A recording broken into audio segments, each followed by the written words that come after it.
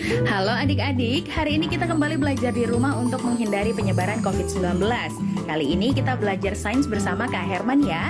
Ayo siapkan alat tulis dan bersiaplah menjawab pertanyaan. Kerjakan pertanyaan ini sebagai tugas dengan bimbingan guru atau orang tuamu. Ayah dan bunda, dari tayangan hari ini anak akan dapat mengembangkan kompetensi literasi, yaitu memahami paparan lisan tentang topik yang dikenali, mengidentifikasi ide pokok dan beberapa ide rinci dalam paparan tersebut, serta menjelaskan kembali dan menanggapinya menggunakan pengetahuannya. Sekarang mari kita simak pelajaran dari Kak Herman.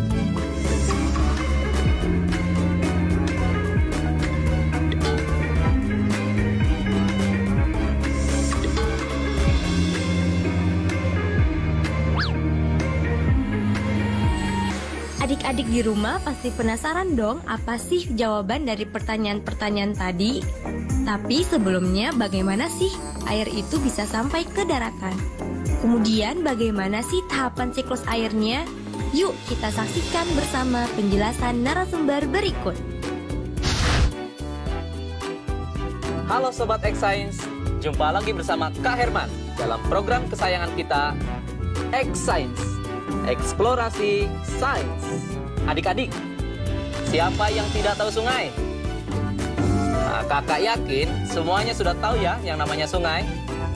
Nah, berikutnya, kita masuk pada tahapan siklus air yang ketiga, yaitu sublimasi. Sublimasi merupakan suatu proses saat es berubah menjadi uap air tanpa harus melalui fase cair terlebih dahulu. Loh kok bisa? Nah, sumber utama dari tahapan sublimasi ini adalah lapisan es dari kutub utara, kutub selatan, serta es dari pegunungan. Dalam siklus air, proses sublimasi ini lebih lambat dibandingkan dengan proses penguapan pada umumnya. Tahapan siklus air yang keempat adalah kondensasi. Setelah air-air tadi ada yang menguap dan menjadi uap air, maka akan terkumpul di lapisan atmosfer. Jauh juga ya. Nah, ketika telah mencapai ketinggian tertentu, uap air tersebut akan berubah menjadi partikel es. Kenapa bisa berubah menjadi partikel es? Karena ada perubahan suhu yang terjadi di lapisan atmosfer. Partikel-partikel es tersebut nantinya akan saling mendekat, saling berikatan satu sama lain, membentuk awan dan juga kabut di langit. Proses inilah yang disebut dengan kondensasi. Gimana? Sudah mulai paham kan, sobat? Yuk mari kita lanjutkan pada proses siklus air yang berikutnya, yaitu presipitasi. Apa sih presipitasi itu? Presipitasi adalah turunnya air yang tadi sudah terkumpul membentuk awan ke permukaan bumi. Uap air yang terkondensasi kemudian turun ke permukaan bumi sebagai air hujan. Peristiwa ini disebabkan oleh pengaruh perubahan suhu yang terjadi di lapisan atmosfer. Apabila suhu sangat rendah, ini mungkin saja di bawah 0 derajat Celcius, tetesan air tersebut akan jatuh sebagai salju atau butiran es. Sedangkan bila suhunya di atas 0 derajat Celcius, maka akan jatuh sebagai butiran-butiran air seperti yang biasa kita saksikan. Sobat X-Science, siklus air yang berikutnya adalah limpasan. Limpasan merupakan suatu proses di mana air mengalir di atas permukaan bumi. Air tersebut berpindah dan bergerak dari tempat yang lebih tinggi ke tempat yang lebih rendah, seperti ke sungai, ke danau, ke laut, bahkan sampai ke samudera. Sobat X-Science, proses siklus air yang terakhir adalah infiltrasi. Infiltrasi ini berbeda ya dengan limpasan. Infiltrasi merupakan proses masuknya air ke dalam tanah. Setelah hujan, tidak semua air akan mengalir seperti tahapan limpasan. Beberapa di antara mereka akan bergerak jauh ke dalam tanah. Air tersebut akan merembes dan menjadi air tanah. Air tanah inilah yang nantinya menjadi cadangan air kita. Jadi, begitulah proses siklus air yang membuat air bisa sampai ke tempat tinggal kita. Selama siklus air ini tetap berjalan, maka ketersediaan air di bumi tidak akan pernah habis loh sobat. Tapi ingat, tetap harus hemat air. Nah, adik-adik, sekarang waktunya menjawab pertanyaan. Pertanyaannya adalah, jelaskan manfaat siklus air bagi kehidupan di bumi. Jawablah pertanyaan ini sebagai tugas dan kerjakan dengan bimbingan guru atau orang tuamu.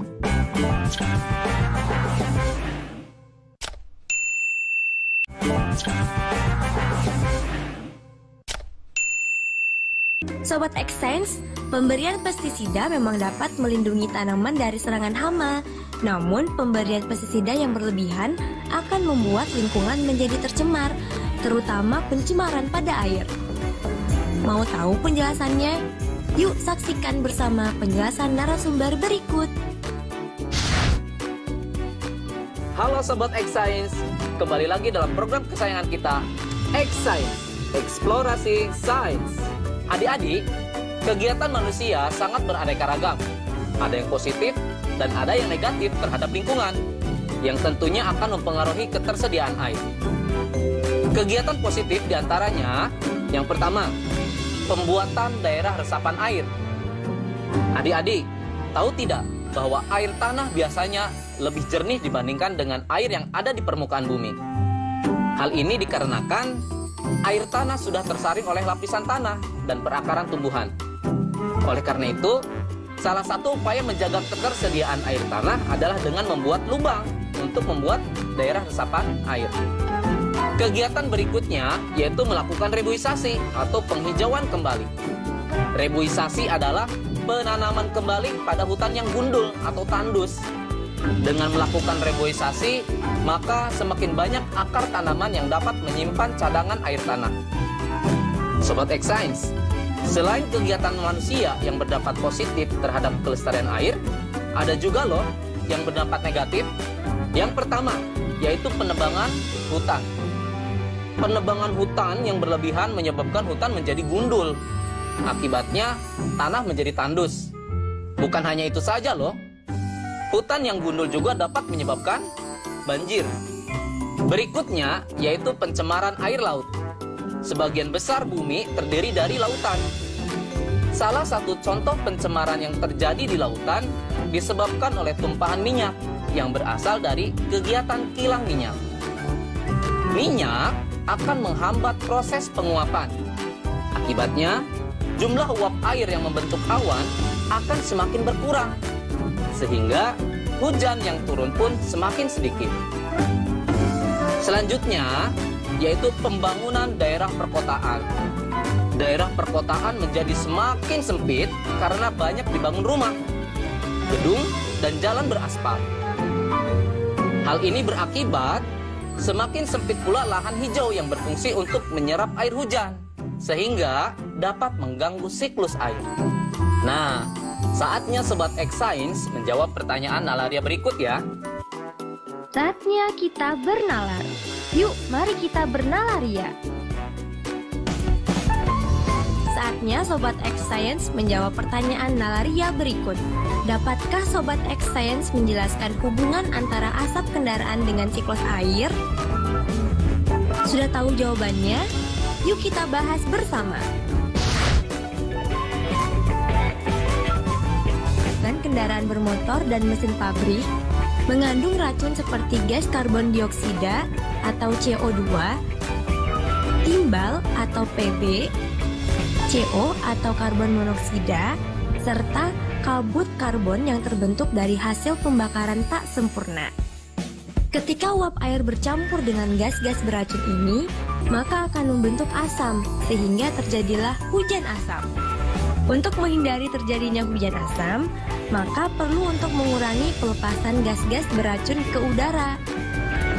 Selain lewat udara, pencemaran juga bisa terjadi melalui air. Misalnya air yang tercemar limbah pabrik yang tidak memiliki sarana pengolahan limbah.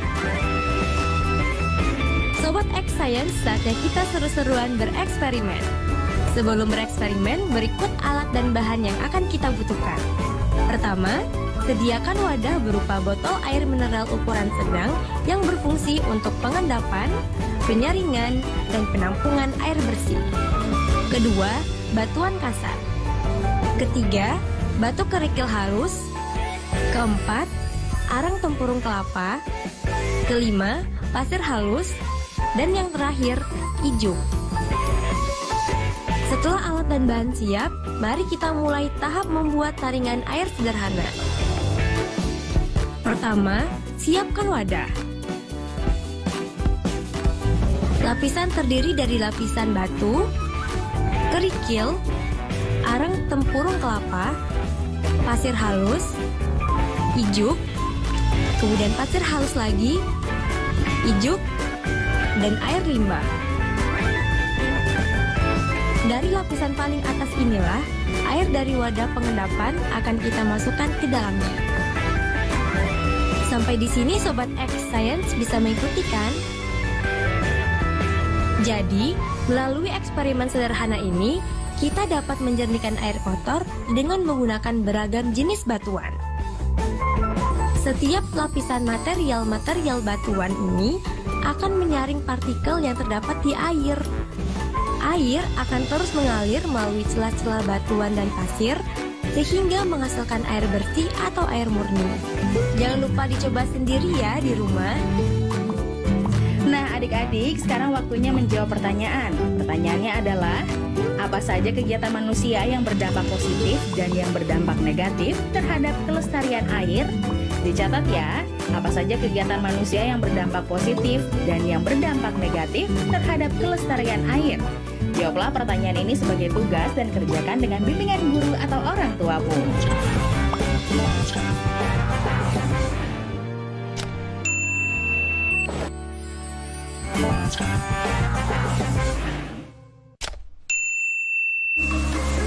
Sobat X Science pasti pernah kan mengalami musim hujan? Apa yang kalian lakukan saat hujan turun? Berteduh atau malah main hujan-hujanan? Nah, kali ini kita akan belajar tentang siklus air. Sobat X Science, saatnya kita seru-seruan bereksperimen. Pasti kalian penasaran bukan? Bagaimana sih caranya membuat miniatur siklus air? Sobat X Science, masih ingat kan dengan proses tahapan siklus air? Mari kita ingat kembali. Ada 7 tahapan siklus air, yaitu evaporasi, transpirasi, sublimasi, kondensasi, pengendapan atau presipitasi, limpasan, dan infiltrasi. Kita membutuhkan alat dan bahan sebagai berikut. Pertama, masukkan air panas yang telah diukur menggunakan gelas ukur ke dalam wadah besar. Kemudian, tutuplah wadah tersebut menggunakan plastik wrap agar tidak ada udara yang keluar. Selanjutnya, letakkan es batu di atas plastik penutup wadah tersebut. Terakhir, amati perubahan apa yang terjadi pada wadah tersebut. Nah, Sobat X Science, setelah eksperimen tersebut, apa yang dapat kamu simpulkan? Sobat X Science, ternyata terjadi perubahan pada wadah tersebut. Di dalam penutup plastik yang semulanya kering, akan timbul butir-butiran air atau titik-titik air di dalam plastik tersebut. Halo Sobat X Science, kembali lagi dalam program kesayangan kita, X Science, Eksplorasi Sains. Nah Sobat X Science, ada yang tahu tidak mengapa di dalam mangkok kecil terdapat air? Hal ini dikarenakan di mangkok besar tersebut diibaratkan sebuah bumi dan plastik penutup di atasnya merupakan atmosfer. Di dalam wadah tersebut yang diibaratkan sebuah bumi terjadi proses penguapan, baik itu evaporasi, transpirasi, maupun sublimasi, yang kemudian menjadi butiran-butiran air di penutup plastik yang disebut kondensasi. Lalu berkumpullah di satu tempat dan jatuh sebagai butiran-butiran air yang kita kenal sebagai hujan. prosesnya dinamakan presipitasi. Dan jatuh tepat di bawah pemberat mangkuk kecil yang menunjukkan terjadinya proses limpasan, di mana akan menjadi air di permukaan. Tidak hanya itu, bahkan dalam realitanya, air juga akan masuk ke dalam celah-celah bumi atau celah-celah tanah yang kita diami, yaitu prosesnya dinamakan infiltrasi. Ini sesuai dengan sifat air, yaitu mengalir dari tempat yang lebih tinggi ke tempat yang lebih rendah. Sobat X-Science, sudah tahu tidak kenapa bisa terjadi hujan es? Ada yang bisa jawab?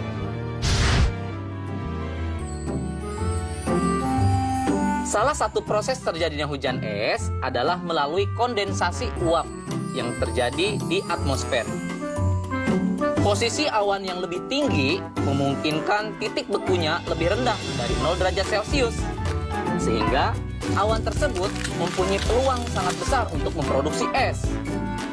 Es yang terbentuk dari proses ini biasanya cukup besar. Saat sudah cukup waktunya untuk hujan, maka butiran es atau bahkan gumpalan es juga ikut jatuh ke permukaan bumi. Akibat ukurannya, walaupun es telah turun ke arah yang lebih rendah dengan suhu yang relatif hangat, jadi tidak semuanya dapat mencair. Jadi begitulah penjelasannya Sobat X-Science. Ternyata mengeksplorasi sains lebih menyenangkan ya. Sampai jumpa di eksplorasi sains berikutnya. Nah, adik-adik, sekarang waktunya menjawab pertanyaan. Pertanyaannya adalah, pada eksperimen pembuatan miniatur siklus air, apa yang terjadi ketika es batu diletakkan di atas plastik wadah berisi air? Dicatat ya, pada eksperimen pembuatan miniatur siklus air, apa yang terjadi ketika es batu diletakkan di atas plastik wadah berisi air? Jawablah pertanyaan ini sebagai tugas dan kerjakan dengan bimbingan guru atau orang tuamu.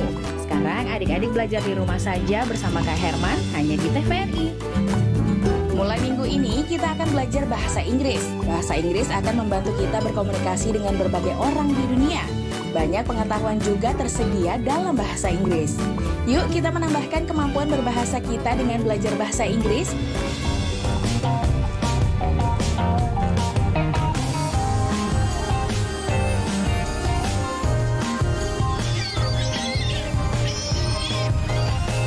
Let's learn English.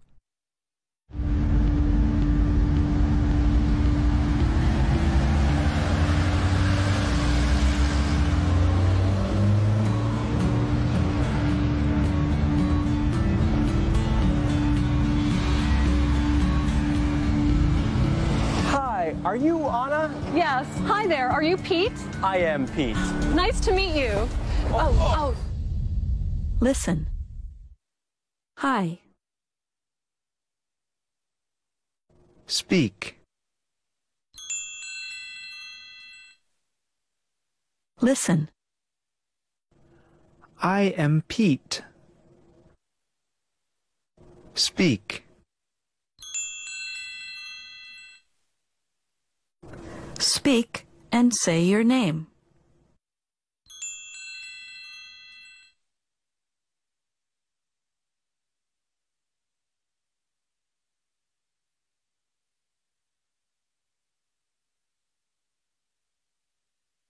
Listen.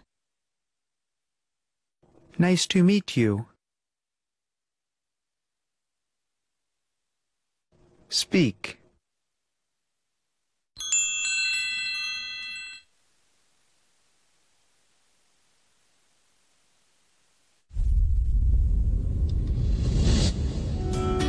Let's try that again. I'm Anna. Nice to meet you. I'm Pete. Anna, is that A-N-A? No, A-N-N-A. Listen. I'm Anna. A-N-N-A.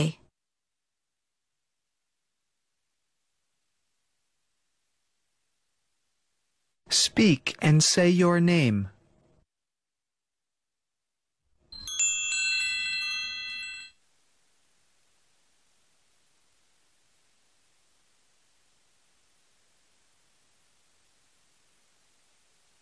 Then spell your name.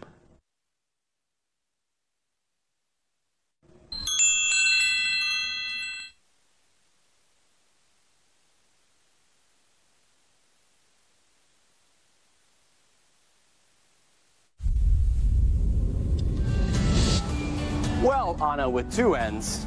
Welcome to 1400 Irving Street. My new apartment.